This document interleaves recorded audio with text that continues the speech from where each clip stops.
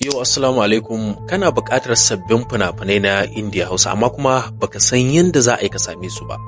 To amma wace hanya ce za ka yi amfani da ita cikin sauƙi wacce za ka iya samun fina-finan Indiya Hausa?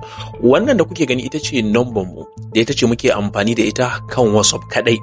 Wanda zan iya cewa akwai mutane da dama wanda suke kokarin su kira wannan number, to tabbas za ku iya kiran wannan number ko kuma za ku iya muna magana kan WhatsApp domin ku ji yanayin yadda tsare-tsaren mu suke ta yadda za ku iya samun sabbin fina-finan Indiya Hausa. Kamar yadda kuka sani dai sunana Muhammad Abdul ne shugaban sashi na bangaren fina-finan Indiya Hausa, nake cewa assalamu alaikum wa rahmatullah.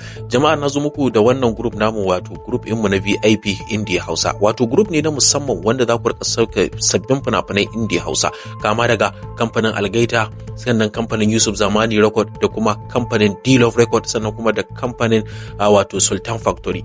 Dukkansu muna sakin sabbin fina-finai a duk sati. Sannan wani abu mai ban daɗi a cikin wannan group namu na VIP, duk a sati muna sakin sabbin fina-finai kama daga ranar Lahadi da kuma ranar Laraba.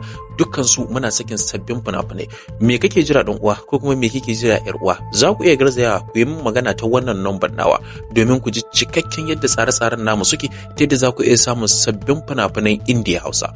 Akwai wasu wanda suke amfani da wannan, to zan iya cewa ni number ɗaya nake amfani da ita, wannan da kuke gani 09069620117, ita kaɗai ce number da nake amfani da ita. Hallo kuma ina ƙara jinjina, godiya da kuma dubun gaisuwa ga mutanen da suke zaune a Nijar, Najeriya da kuma kasashen yammacin Afirka da kuma kasashen da suka yi juyin mulki da sauransu, wato Mali, Nijar da kuma kasashen Gwaniya da sauransu.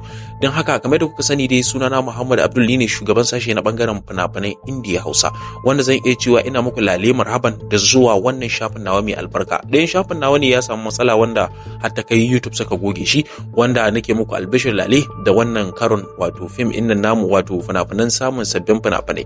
Ga wanda suke da bukata za ku iya min magana ta wannan namba domin ku ji cikakken bayani ta yadda za ku iya shiga wannan group namu mai albarka. Ni Muhammad nake cewa mu haɗu da ku a wani mako.